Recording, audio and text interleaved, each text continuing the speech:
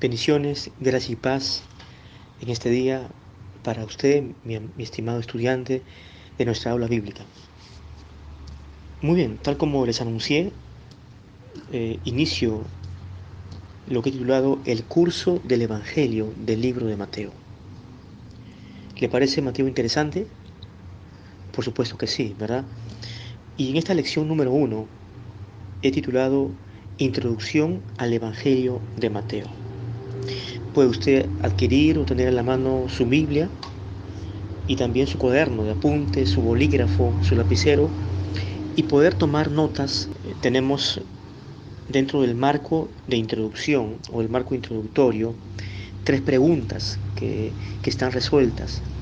Pero también este audio le va a servir a usted para complementar y ahondar en esta lección. No todo está contenido, no toda la enseñanza está pues expuesta en esta guía de estudio. De tal forma de que es necesario que usted separe su tiempo en la comodidad de su casa y con su Biblia y su cuaderno pueda seguir las lecciones y pueda estudiar juntos. Amén. Usted en su casa y yo aquí desde mi casa también, ¿cierto? Eh, Impartiéndoles cada clase, cada lección de este hermoso libro de Mateo. Oremos. Nuestro Dios y Padre Santo, en esta noche te exaltamos, te bendecimos por darnos este día y te pedimos iluminación, comprensión, claridad espiritual para poder aprender, para poder entender tu palabra y específicamente este Evangelio de Mateo, Señor. Te lo pedimos en el nombre de Jesús, tal cual el apóstol Pablo también cuando escribió a la congregación de Éfeso en el capítulo 1, él oró para que la iglesia que estaba en Éfeso sea alumbrada con los ojos de sus entendimientos y puedan captar las verdades ocultas, las realidades celestiales de tu santa palabra. Oramos así en el nombre santo de Cristo Jesús. Amén. ¿Estamos listos? Muy bien. Para usted, ¿qué es Mateo? Yo aquí he abierto mi Biblia en Mateo y revisando Mateo de una forma, digamos, superficial, a la ligera, el libro contiene 28 capítulos. El último capítulo culmina con esta gran comisión de Jesús, en el versículo 19, de ir y hacer discípulos a las personas de todo el mundo, de todas las naciones. Versículo 20, enseñándoles que guarden todas las cosas que os he mandado. He aquí yo estoy con ustedes o con vosotros todos los días hasta el fin del mundo. Mateo nos proporciona enseñanzas, muchas enseñanzas, porque el versículo 20 dice enseñándoles que guarden todas las cosas. Los discípulos del Maestro de Maestros, del Mesías, y evidentemente incluido el apóstol Pedro, el apóstol Mateo, pues aprendieron, porque ellos fueron testigos presenciales del ministerio de enseñanza, de poder, de prodigios, un ministerio extraordinario como nadie, ningún ser humano sobre la tierra pudo tener, ni siquiera los grandes hombres de la fe como Elías, el profeta, eh, como Eliseo, como los profetas escritores, como Isaías, el profeta mayor, como el mismo Pablo, desarrolló el ministerio que llevó a efecto Jesús. El ministerio de Jesús, pues, fue excepcionalmente sobresaliente, encumbrado en toda la historia de la humanidad. Y, y es gracias a Mateo que usted y yo podemos eh, descubrir, podemos aprender las grandes lecciones y la vida de Jesús. Mateo no es una biografía eh, tal como pareciera serlo. Mateo es una narrativa muy rica, muy copiosa, de lo que Jesús hizo y enseñó. ¿De acuerdo? Mateo empieza con la genealogía de Jesucristo, en el capítulo 1. Luego en el capítulo 2 tenemos eh, el nacimiento de Jesús, ¿cierto? Eh, la visita de los magos. Y en el capítulo 4 tenemos las tentaciones de Jesús en el desierto. Y luego inicia su ministerio, él apertura su ministerio. Por ejemplo, en el capítulo 4 de Mateo, leemos en el versículo 17. Entonces, desde entonces comenzó Jesús a predicar y a decir: arrepentíos, porque el reino de los cielos se ha acercado. Este fue el llamamiento de Jesús a un arrepentimiento, a un cambio de mente. Metanoia es el término griego, arrepentíos, que involucra un derrotero distinto, no solamente de nuestra mente, de nuestro pensamiento dirigido hacia Dios, vuelto al pecado, sino también nuestro estilo o nuestra forma de vida. Porque el reino de los cielos se ha acercado. Ahí les he dejado una tarea de 2 preguntas. Lo puede usted leer. La primera pregunta, dentro de la tarea para el estudiante, es: ¿cómo definiría usted el Evangelio de Mateo con sus propias palabras? ¿Cómo? El Evangelio de Mateo es el Evangelio del reino, ¿cierto? Del reino de Jesús, del Hijo de Dios. Eh, eh, eh, Él es el Rey de Reyes, Señores, Señores. El Evangelio del reino de Dios, de los cielos, pero que estuvo encabezado cuando Jesús estuvo en la tierra y cuando Mateo lo vio y lo conoció y anduvo con él de una forma muy, muy, muy cercana, muy estrecha y a diario. Porque Jesús, recordemos que él estableció a los 12 apóstoles para que estuviesen permanentemente con él. Es decir, si Jesús iba a hacer milagros a la casa de alguna persona que requería sanidad, eh, eh, pues ellos lo acompañaban también. Ellos estaban siempre alrededor de Jesús. Ellos estaban muy cerca de Jesús. La segunda pregunta es: ¿qué elementos le llaman tu atención de Mateo? ¿Qué elementos? ¿Qué puntos resaltantes o sobresalientes pudiéramos nosotros pues hallar en este libro de Mateo? Muy bien. La primera, la primera pregunta eh, que nos hacemos es: ¿fue Mateo el autor del Evangelio que tiene su nombre? ¿Mm?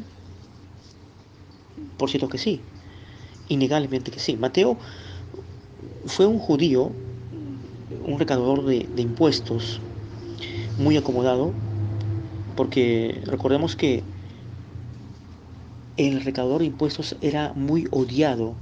Escúchelo bien, era muy odiado, muy despreciado por los judíos, por el pueblo, por la sociedad.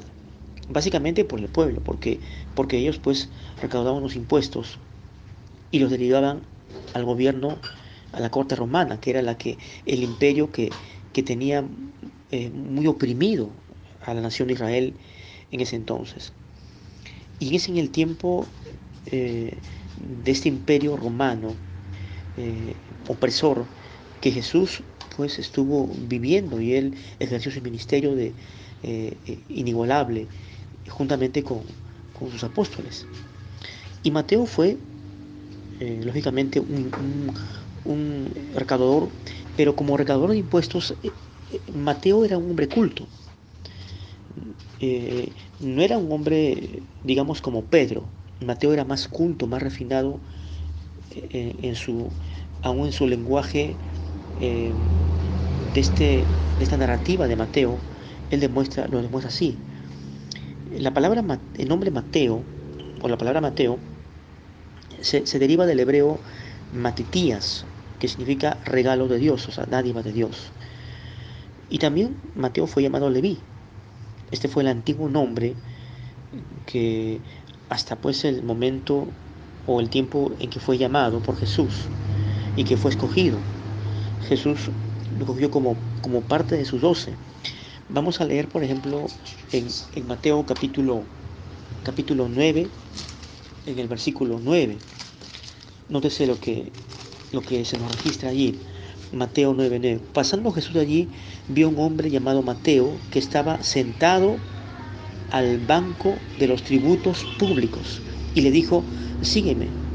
Y se levantó y le siguió. Un hombre que estaba sentado eh, eh, eh, haciendo su trabajo, desempeñando su ocupación de recaudador de impuestos. En, en Lucas capítulo 5 tenemos la información más completa o que nos proporciona el doctor Lucas. Lucas 5, vamos a leer, por favor, abra ahí su Biblia, búsquela en capítulo 5 de Lucas, en el versículo, a partir del versículo 27 al 32. ¿Lo tiene usted ahí? Muy bien. Después de esas cosas salió, o sea, Jesús salió y vio un publicano llamado Leví sentado al banco de los tributos públicos. Ya Lucas lo menciona como Leví, no como Mateo. Fíjese la diferencia entre Mateo capítulo 9, versículo 9 y este pasaje de Lucas.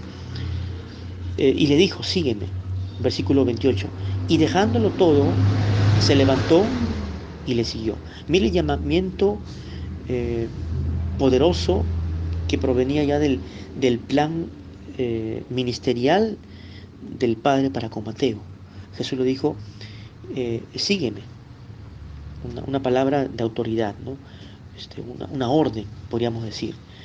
Y dejándolo todo, dice que lo dejó todo, literalmente, o sea, dejó ahí seguramente los, esto, los, los tributos, las ganancias que hacía este hombre, que obviamente también tuvo que haber robado, porque él separaba, o sea, parte de estas ganancias, un recaudador de impuestos lo atesoraba para ellos mismos y parte pues era ya para el gobierno de Roma. O sea, eran gente ladrona, ¿no? Eran gente que astutamente ladrona, que eran gente corrupta. Por eso es que la sociedad, el pueblo atribulado, la clase media y pobre de un judío, pues les tenía odio, o sea, respiraba desprecio por esos hombres que eran gente, pues,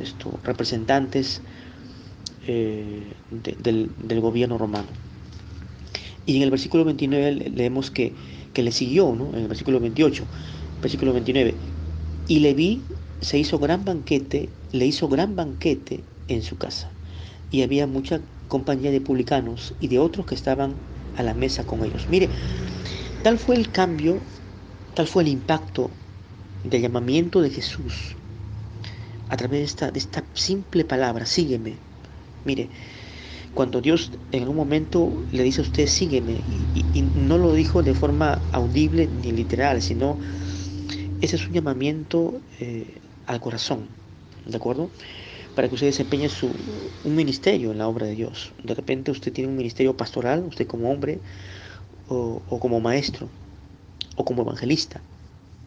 O usted siendo mujer tiene un llamamiento al ministerio de, por ejemplo, de ser una liga de damas, una lideresa de jóvenes, o una profesora de escuela dominical de los niños, ¿cierto? O una intercesora, una mujer de oración que esté dedicada en las cosas del Señor, en su congregación, en su iglesia. Pero Mateo recibió un ministerio muy especial y que no fue otro que el apostolado. Mateo fue el apóstol de Jesús, un apóstol eh, eh, eh, eh, muy importante, ¿cierto? Fue uno de los poquísimos escritores, Mateo. Juan, el apóstol Juan, el amado Juan, fue el otro apóstol de Jesús. Y también el apóstol Pedro, que no escribió un evangelio, se dice que escribió un evangelio Pedro, pero Pedro lo que hizo fue escribir epístolas, 2 epístolas, muy también de mucha enseñanza, de mucho significado para nosotros, para poderlas estudiar en su momento. Dios permita que después tengamos el tiempo de hacerlo, de poder dictarles un curso de primera y segunda de Pedro. Volviendo al tema de nuestro estudio, esta porción, Leví invitó a Jesús, lo llevó a Jesús a su casa, le hizo un gran banquete. Y en el versículo 31, respondiendo Jesús les dijo, los que están sanos no tienen necesidad de médico, sino los enfermos. Los enfermos. Y Mateo era un enfermo del corazón y él necesitaba esa medicina, esa sanidad de su corazón. Pero más que nada, él necesitaba la regeneración, el nuevo nacimiento que experimentó Nicodemo, eh, para ser salvo y para ser parte de los 12 de Jesús. Y en el versículo 32 también leemos, no he venido a llamar a justos, sino a pecadores al arrepentimiento. Y obviamente Mateo no fue la excepción. Mateo experimentó el arrepentimiento, el llamamiento, ¿cierto?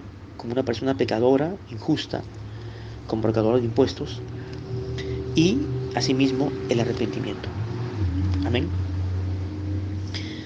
Interesante, interesante. Eh, Saqueo fue otro publicano. Saqueo fue un prominente publicano. Y usted puede leer el capítulo 19 de Lucas también. El capítulo 19 de Lucas. Vamos a leerlo un poquito. Los versículos del 1 al 10. Habiendo entrado Jesús en Jericó, iba pasando por la ciudad y sucedió que un varón llamado Saqueo, que era jefe de los publicanos y rico, mire usted, era cabrolador porque lógicamente era un ladrón que también este hombre pues manejaba dinero y él lo atesoraba para con él, ¿cierto? O sea, ellos separaban, cogían parte del dinero para ellos mismos y el resto lo entregaban pues al sistema político de Roma. Y en el versículo 4, y corriendo delante subió a un árbol sicómoro para verle, porque había de pasar por allí. Cuando Jesús llegó a aquel lugar, mirando hacia arriba, le vio y le dijo, Saqueo, date prisa, desciende porque hoy es necesario que pose yo en tu casa. Mire, el plan redentivo para con Saqueo. El mismo plan redentivo que obró en Mateo, no solamente el plan redentivo, sino el llamamiento ministerial apostólico. Eh, También obró en Saqueo el plan redentivo. De la misma forma. No se dice que Saqueo haya sido apóstol, pero evidentemente Saqueo tuvo que haberse constituido y convertido en un pues seguidor de Jesús. Entonces dice, él descendió a prisa y le recibió gozoso. Dice, versículo 5, porque hoy es necesario que pose yo en tu casa. Y bueno, leemos en el versículo 8, entonces Saqueo, puesto en pie, dijo al Señor, y en su casa, he aquí, Señor, la mitad de mis bienes doy a los pobres, y si en algo he defraudado a alguno, se lo devuelvo cuadruplicado. Mire esta evidencia genuina del arrepentimiento de Saqueo, de la conversión de Saqueo. Versículo 9. Jesús le dijo, hoy ha llegado la salvación a esta casa, por cuanto él también es hijo de Abraham. La salvación la recibió por gracia Saqueo. No solamente Mateo, sino también Saqueo, ambos recaudadores de impuestos. Porque el Hijo del Hombre, en el versículo 10 de Lucas 19, ahí podemos leer, el Hijo del Hombre vino a buscar y a salvar lo que se había perdido.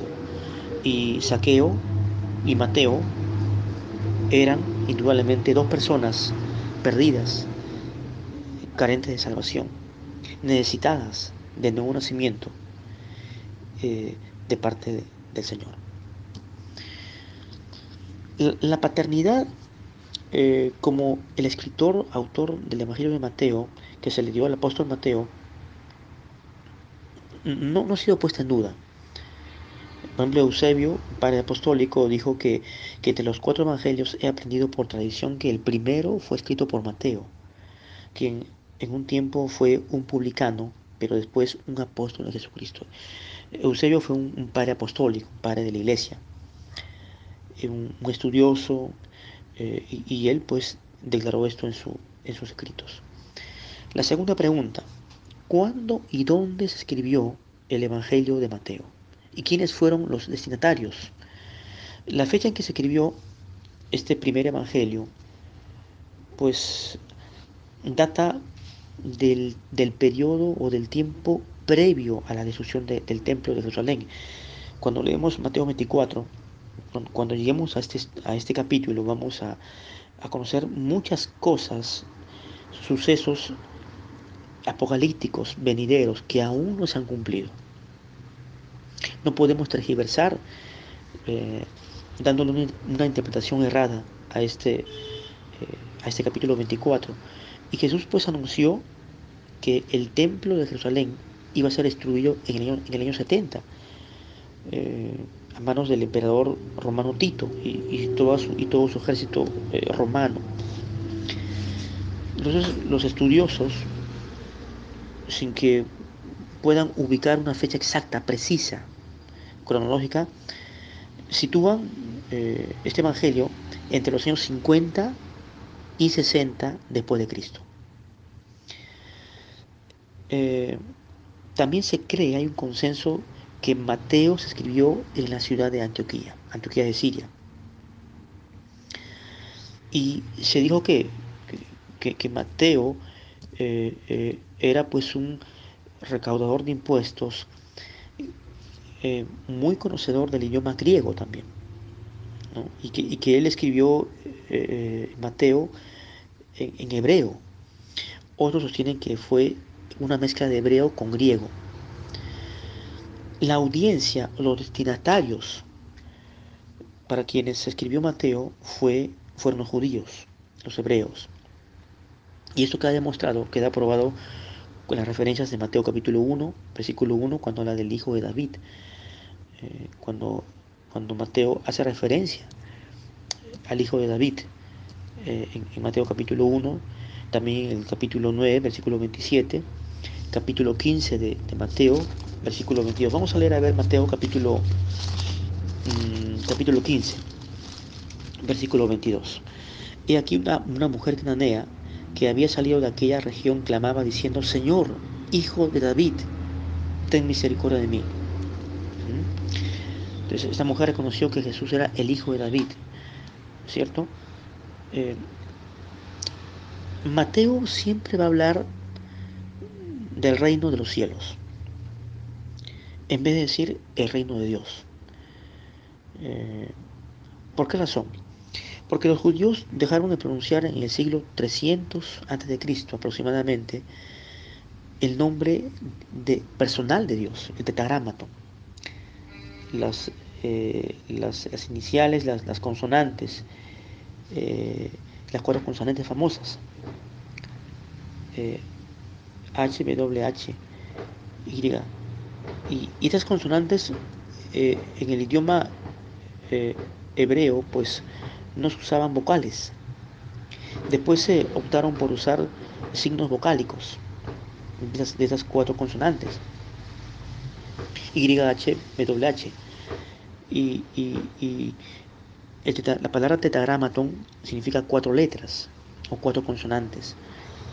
Y fueron los judíos, hasta el tiempo del año 3, de 300 siglos antes de Cristo, o del año 300 antes de Cristo, que sabían con exactitud, con precisión, cuál era el nombre de Dios.